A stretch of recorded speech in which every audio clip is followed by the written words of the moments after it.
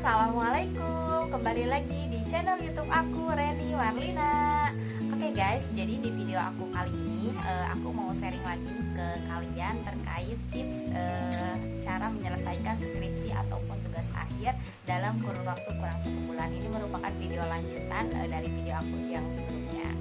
Oke, jangan lupa stay tune terus dan jangan lupa like, komen, dan subscribe dulu.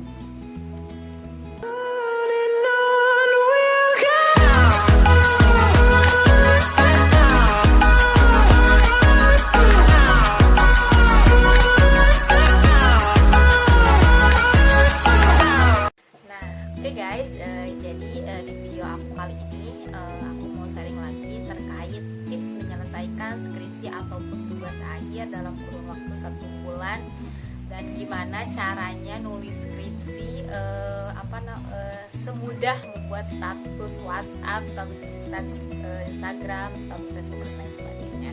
Jadi berdasarkan video aku yang sebelumnya udah aku sharingkan juga ke teman-teman tipsnya. Salah satunya adalah teman-teman harus punya niat, kemudian teman-teman harus punya target, teman-teman harus rajin baca, banyak nanya.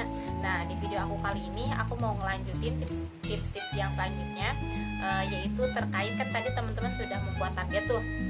Jadi di video aku kali ini aku mau sharing teman-teman juga harus buat pencapaian target.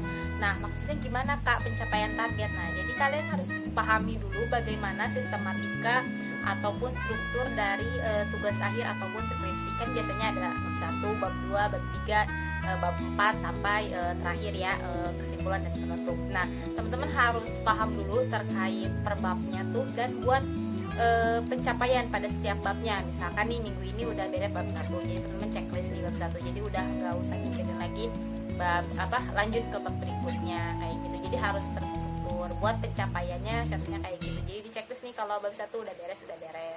Nah, kemudian yang selanjutnya itu teman-teman harus sebelum nulis ataupun sebelum menentukan skripsi, ada baiknya teman-teman melakukan metode pendekatan terlebih dahulu. Maksudnya apakah metode pendekatan?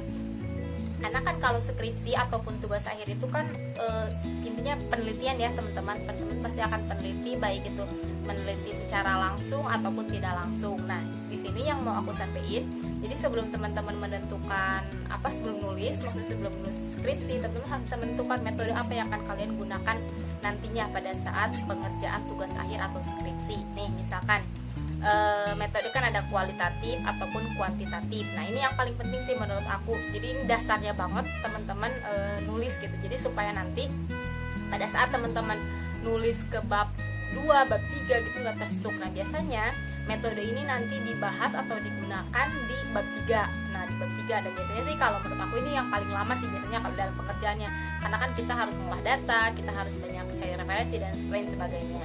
Nah, jadi kalau misalkan teman-teman punya passionnya memang suka dengan angka-angka, dengan rumus gitu, kemudian dijabarkan, nah itu pas banget kalau teman-teman menggunakan metode yang kuantitatif. Karena itu memang berbaunya teman-teman rumus-rumus, angka-angka terus teman-teman jabari. Tapi itu biasanya lebih cepat sih kalau misalkan kuantitatif ya setahu aku.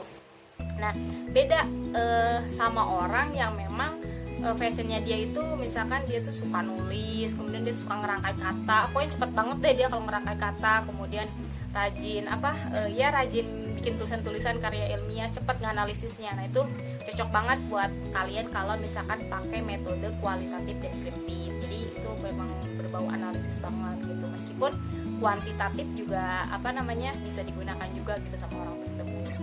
Jadi itu ya. Jadi teman-teman harus menentukan metode apa yang akan teman-teman gunakan, apakah metode kualitatif, apakah metode kuantitatif. Karena menurut aku ini yang paling penting banget gitu loh, supaya nanti teman-teman dalam pengerjaan skripsi gitu nggak terstuck di bab udah masuk bab 3 nih, gue bingung nih bahas apa ya, maksudnya bahas apa gitu loh, misalnya metodenya nggak ngerti. Jadi diusahakan sesuaikan dengan basic teman-teman gitu ya.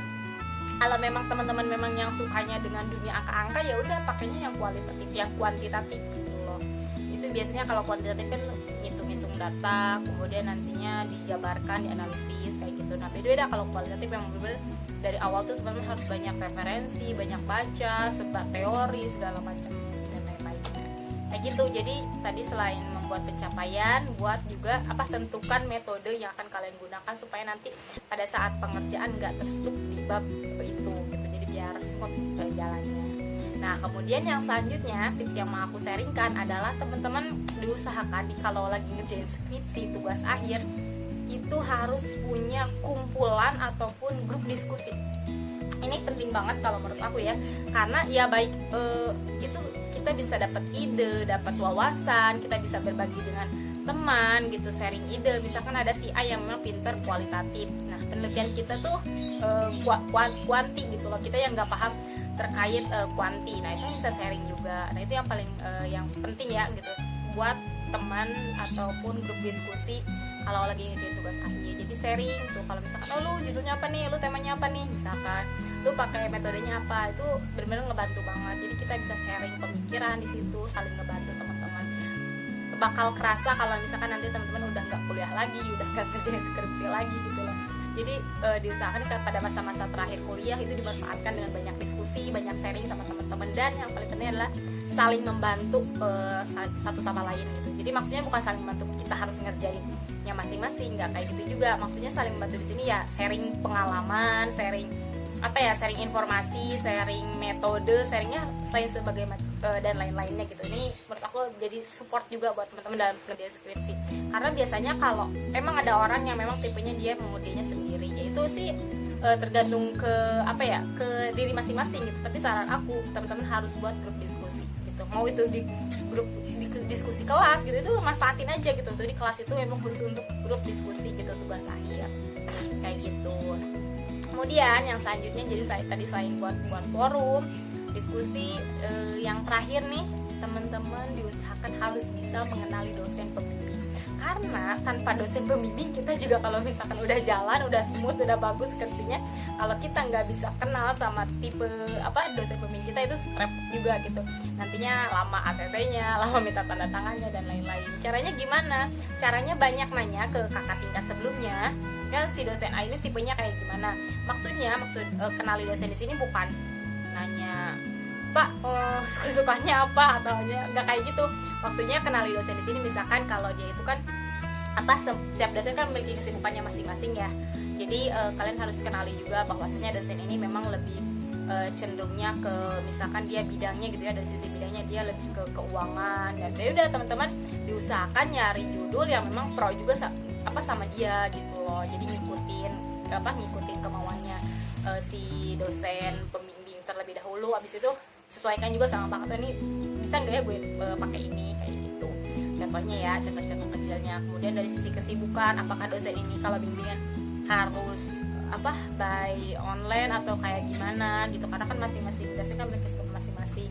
Atau misalkan dalam pengerjaannya, apakah dia itu pengerjaannya harus per bab kah, atau dia itu harus kerjain dulu baru bimbingan gitu loh. Itu harus kenali dulu tipe-tipe dosen yang seperti itu gitu loh. Jadi ada di kampus gitu, di kampus aku dulu yang memang ada dosen yang tipenya itu dia tuh harus kerjain dulu semuanya, semua bab, sedangkan kita nggak tahu apapun. Nah ini kuncinya tadi, teman-teman harus punya teman diskusi, teman-teman harus banyak nanya. Nah jadi kayak gitu, karena kita harus bisa mengenali dosen kita juga, supaya ya tadi gitu pada saat kita bimbingan ke dosen pas nih sama pemikiran kita gitu loh. Maksudnya satu pikiran lah gitu sama pemikiran kita, kayak gitu guys. Jadi itu sih tips tambahannya dari video aku sebelumnya ya, terkait tips menyelesaikan skripsi dalam kurun waktu 1 bulan, dan juga mengerjakan skripsi semudah menulis status WhatsApp, Instagram, Facebook dan lain sebagainya. Pokoknya fighting buat kalian yang sekarang lagi ngerjain tugas akhir, baik itu skripsi, tesis, disertasi dan lain-lain, ataupun yang lagi ke kompetisi karya ilmiah. Tetap semangat gitu, tetap semangat dan fighting. Semoga kalian bisa menyelesaikan skripsi ataupun tugas akhir dalam tepat waktu. Mungkin dari aku cukup sekian. Mohon maaf bila ada salah-salah kata. Wabillahi taufiq wal hidayah. Wassalamualaikum warahmatullahi wabarakatuh. Kalau ada komentar, kalian bisa langsung via komentar. Jangan lupa like, komen, dan subscribe dulu. Dah.